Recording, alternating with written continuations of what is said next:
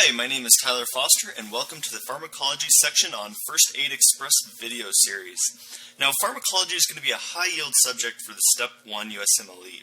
Besides just memorizing the characteristics of key drugs, spending some extra time to really get familiar with the core principles will pay off big on test day. Now, in this section, we won't cover very many drug names, but rather what happens behind the scenes with pharmacology in the body.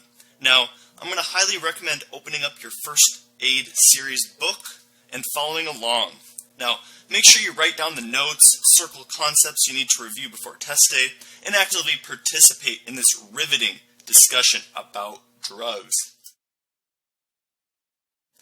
Now, enzyme kinetics will be important on the USMLE, and they may incorporate key enzymes from biochemistry into questions, yet ask pharmacology-related questions. So therefore, let's cover the basics of enzyme kinetics. The first concept we're going to cover is going to be the Michaelis-Menten graph.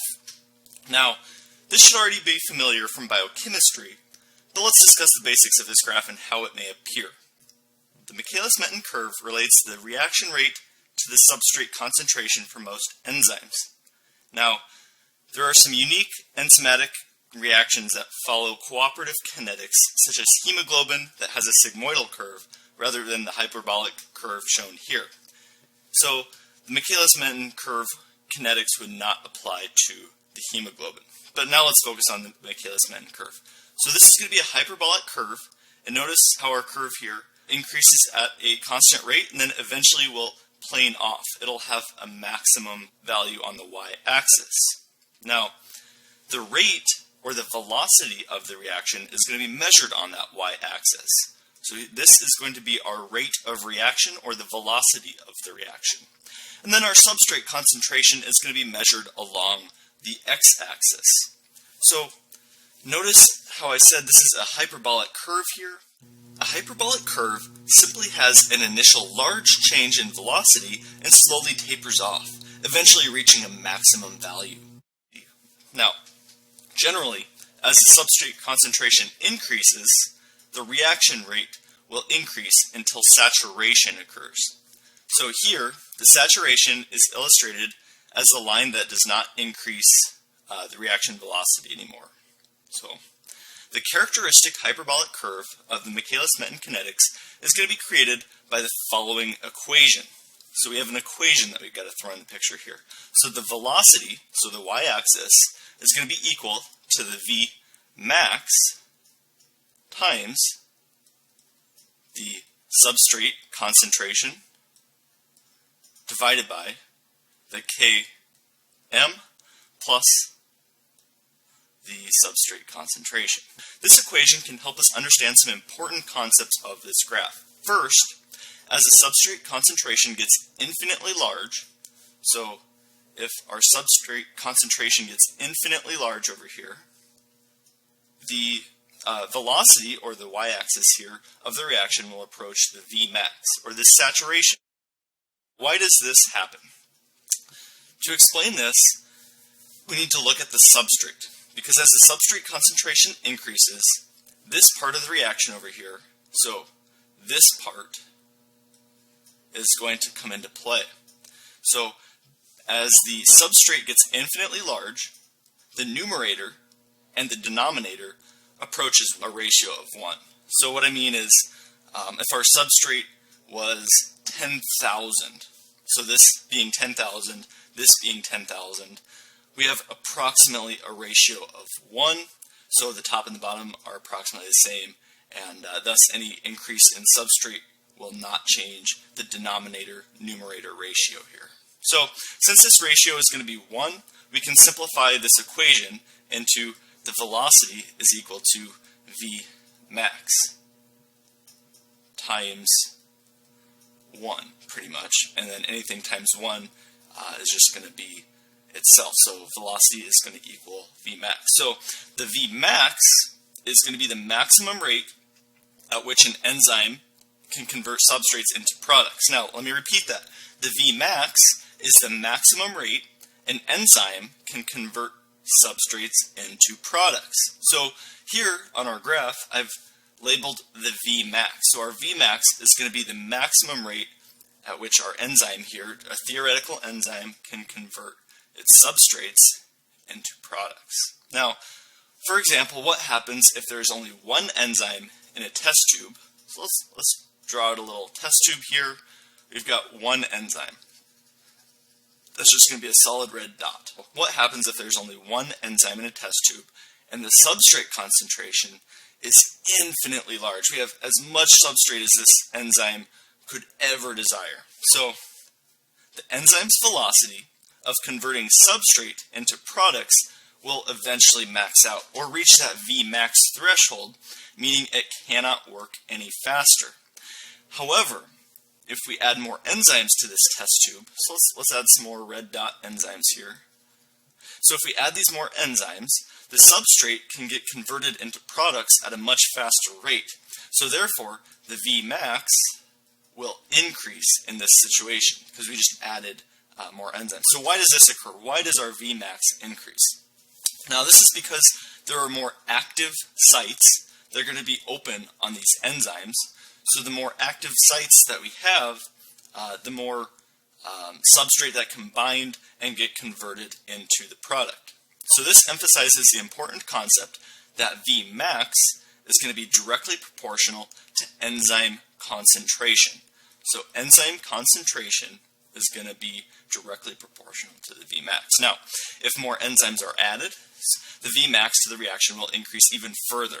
So the Vmax can be thought of as representing efficacy, a term that will be discussed later. So a higher Vmax is reflective of a higher efficacy.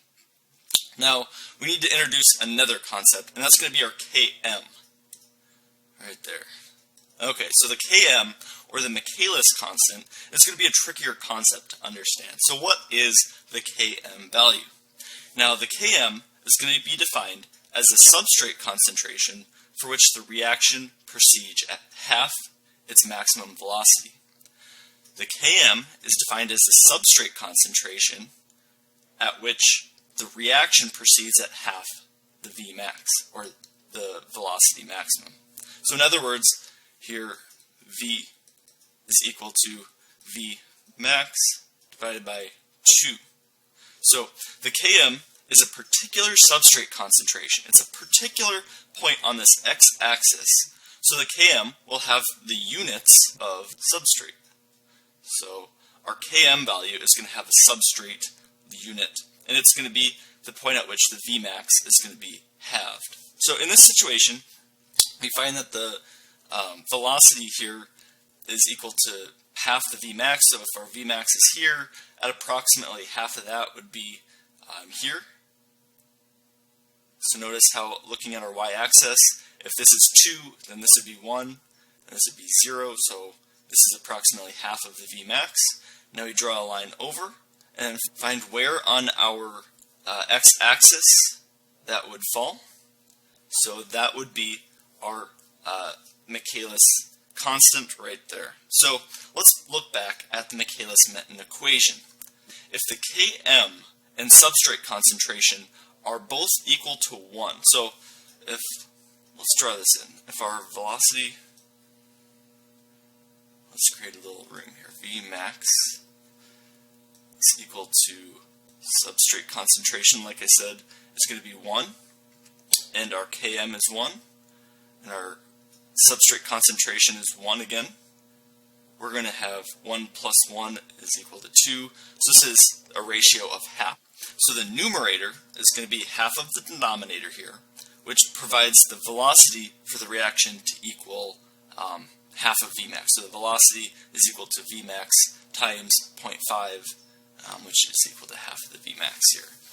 So here the Km is going to be a measure of an enzyme's affinity for its substrate. So it's going to be defined as the substrate concentration at half the Vmax, like I've said. Now I keep repeating this because it is important.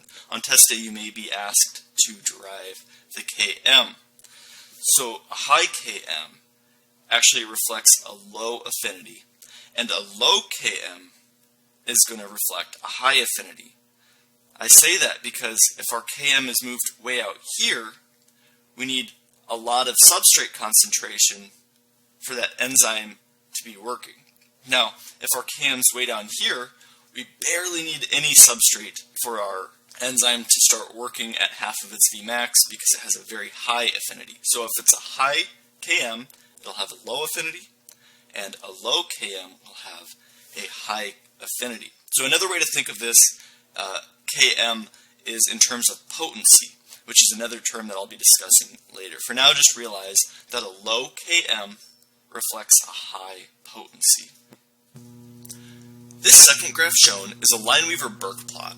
It's also known as a double reciprocal plot because it takes that same information that we just saw in the Michaelis-Menten graph, but now the y-axis is the reciprocal of the velocity, or 1 over v, and the x-axis is the reciprocal of the substrate concentration, or 1 over s.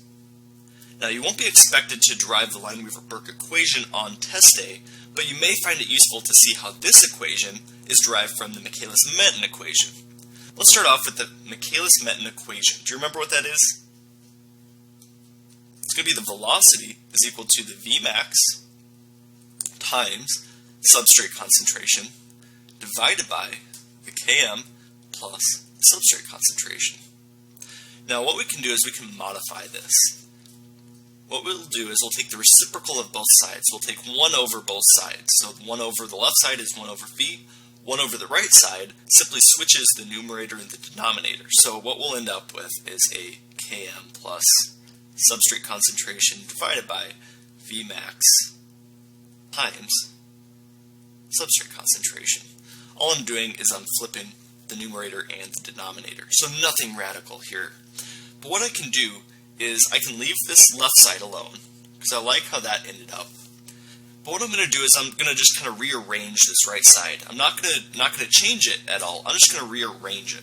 So what I can end up with is a Km divided by a Vmax times 1 divided by substrate concentration plus 1 divided by Vmax. I simply rearrange that right side. Now this follows the standard equation for a line.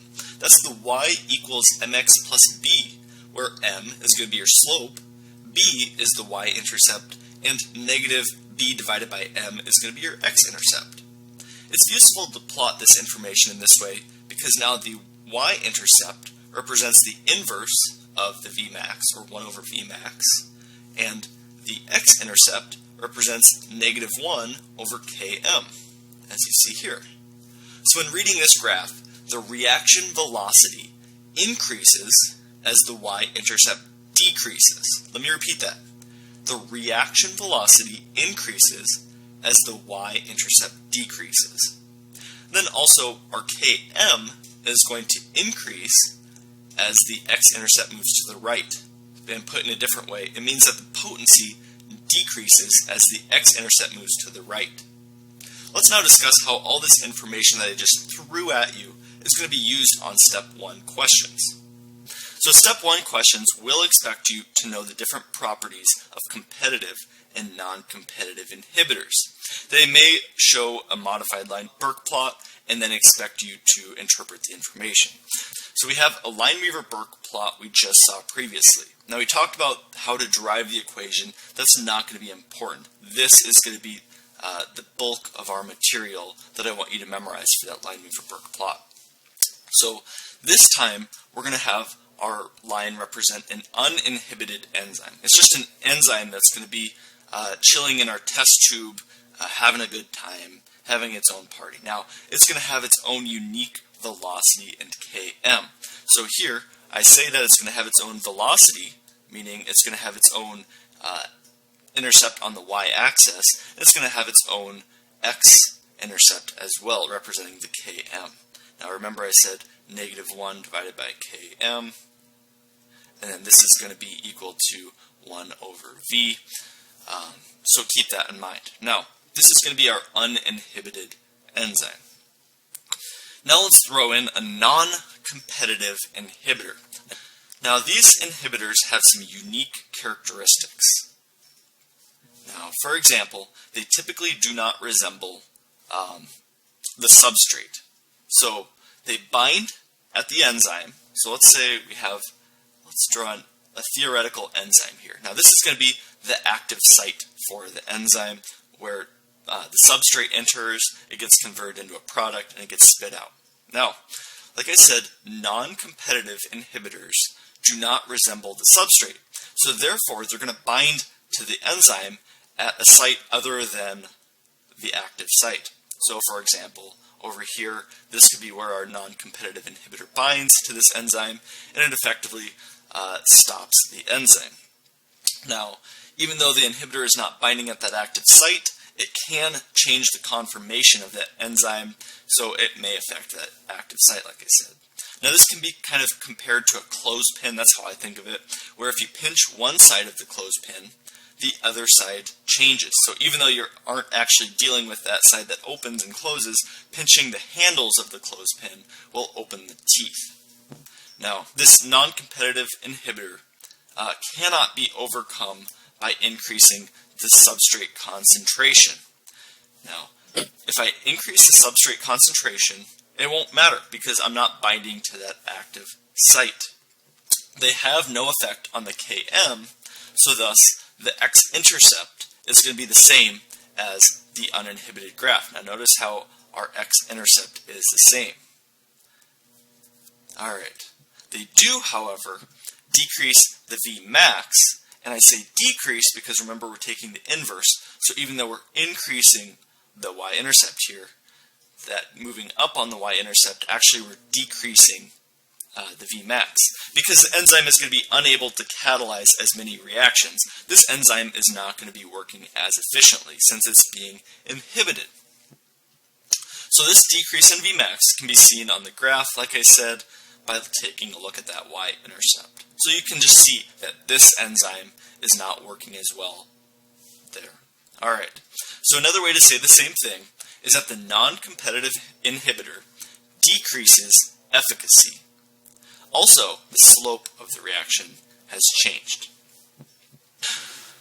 So now let's introduce our competitive inhibitor. What are the properties of the competitive inhibitors? Now, competitive inhibitors, they typically resemble the substrate. So let's draw our enzyme again. Here's our active site. Now, so let's say kind of a triangle is going to be our competitive inhibitor, and a heart is going to be our substrate. Now, they both fit into this active site. Because they both bind the active site, their effects can be overcome by increasing the substrate concentration. If we have multiple hearts here that are going to be competing for this location, and only one competitive inhibitor, there's more chances that our substrate is going to bind, so therefore we can overcome the competitive inhibitor by increasing substrate concentration. Competitive inhibitors also are going to increase the Km, so notice how our Km is different. Our x-intercept is different. Here, our uninhibited enzyme has an x-intercept there, and our competitive inhibitor has a different one. So our competitive inhibitors are going to increase the Km, so the x-intercept is going to be shifted to the right. So that means an increased Km means they have decreased the potency and the affinity. So put another way, competitive inhibitors increase the Km, seen here, increase the Km because now you'll need to have a higher substrate concentration. You'll have to have more hearts to reach half the Vmax, which is what the Km is. Remember, Km is equal to 1/2 the Vmax.